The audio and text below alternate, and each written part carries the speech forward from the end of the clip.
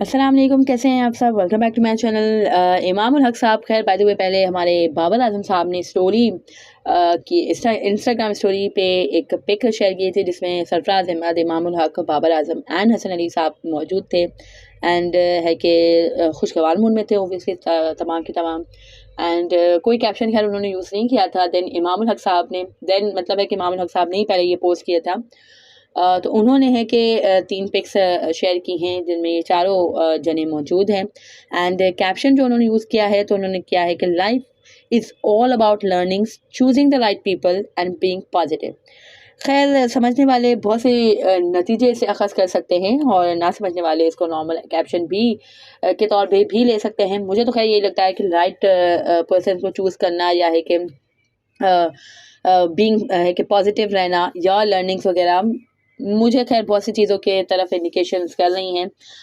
बाबर आजम के वालिद साहब ने भी खैर आज एक पोस्ट की है, इंस्टाग्राम पोस्ट, उसमें भी खैर उनके जो अल्फाज हैं उससे मुझे यही लग रहा है कि भाई रिफ्ट्स हैं या कुछ ऐसा है, यानी बॉन्डिंग सही नहीं है टीम की, कुछ तो ऐसा है जिसकी पर्दादारी है। उन्होंने भी खैर इसी तरह से कुछ यूज़ किए हैं। मैं साथ उनके शेयर कर रही हूँ, विजुअल्स आपके स्क्रीन पे नज़र आ रहे होंगे आपको।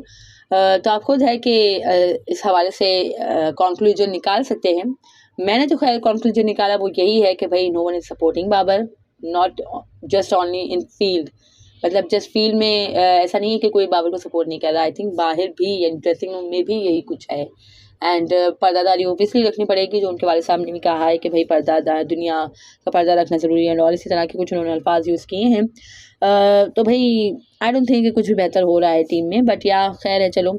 इसके अलावा और भी खबरें हैं। भाई साइम अय्यूब पे भी बहुत ज़्यादा क्रिटिसिज्म हो रहा है कि भाई he is not performing and Azam पे बात हो रही है, साइम पे बात नहीं हो रही है ऑन ऑल। साइम की भी कोई 50 नहीं है अब तक, कितने मैचेस खेल लिए, दिस एंड दैट। भाई साइम की आई थिंक एक 50 है if I am not wrong, वरना 47 रन की तो 1-2 बार उन्होंने बारी खेली हुई है। और पीएसए में भी खैर उनकी आज़म से तो अच्छी परफॉर्मेंसेज हैं, लीग में भी उनकी आज़म से तो अच्छी परफॉर्मेंसेज हैं।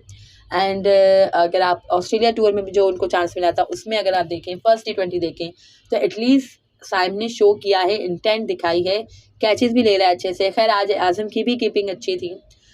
एक है कि आज़म ने के भी जो अटेम्प्ट्स थे वो अच्छे थे, बट स्टिल भाई रन्स भी चाहिए हमें। साइम के भी बेशक रन्स नहीं आए हैं, बट स्टिल भाई साइम ने अच्छी परफॉर्मेंसेस दी भी हैं। अरे एक 50 है ही उनकी, या थर्ड अफगानिस्तान के अगेंस्ट जो थर्ड T20 मैच था उसमें आई थिंक हाँ 50 है उनकी, बेशक है। इंटरनेशनल लेवल पे उनकी एक 50 है, जबकि आपके आजम खान तीनों के तीनों मैचेस में फेल हुए थे। इंटरनेशनल लेवल पे आजम खान का 10 से ऊपर जो बेस्ट है वो गया ही नहीं है। और एक छक्का जस्ट मोहतरम ने आज लगाया है इंटरनेशनल क्रिकेट में, इसके अलावा कोई छक्के उनके इंटरनेशनल लेवल पे नहीं हैं।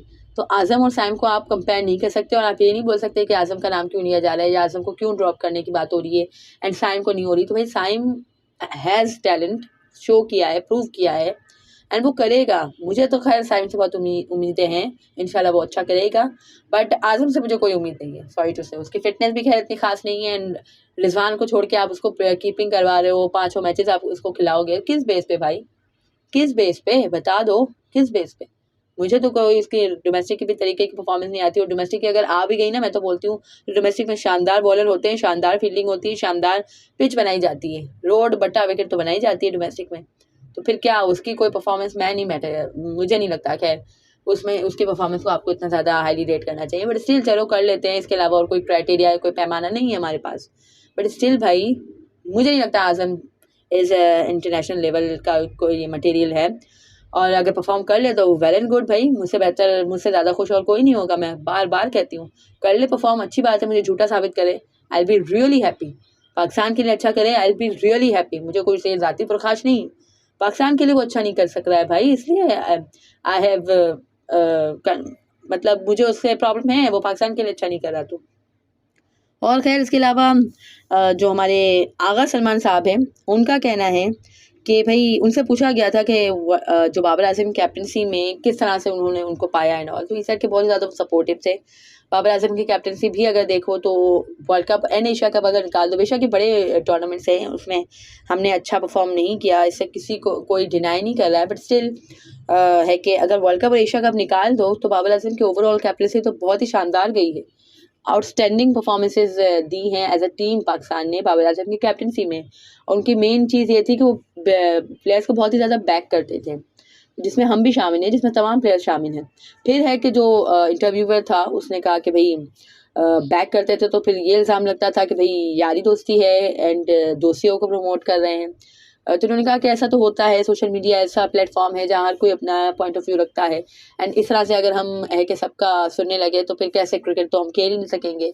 और उन्होंने कहा कि अगर कोई हमारी तारीफ़ करता है तो शुक्रिया, और नहीं करता है, कोई अगर बुराई करता है तो उसका अपना पॉइंट ऑफ व्यू है और हमें उससे इतना ज़्यादा फ़र्क नहीं पड़ता। हम अपनी परफॉर्मेंस पे ध्यान देते हैं, हम अपनी क्रिकेट पे ध्यान देते हैं, हम उस पर फोकस करते हैं, हम हार्ड वर्क करते हैं और कोशिश करते हैं कि अच्छी तरीके से ऑन द डे या ऑन द फील्ड डिलीवर कर सकें।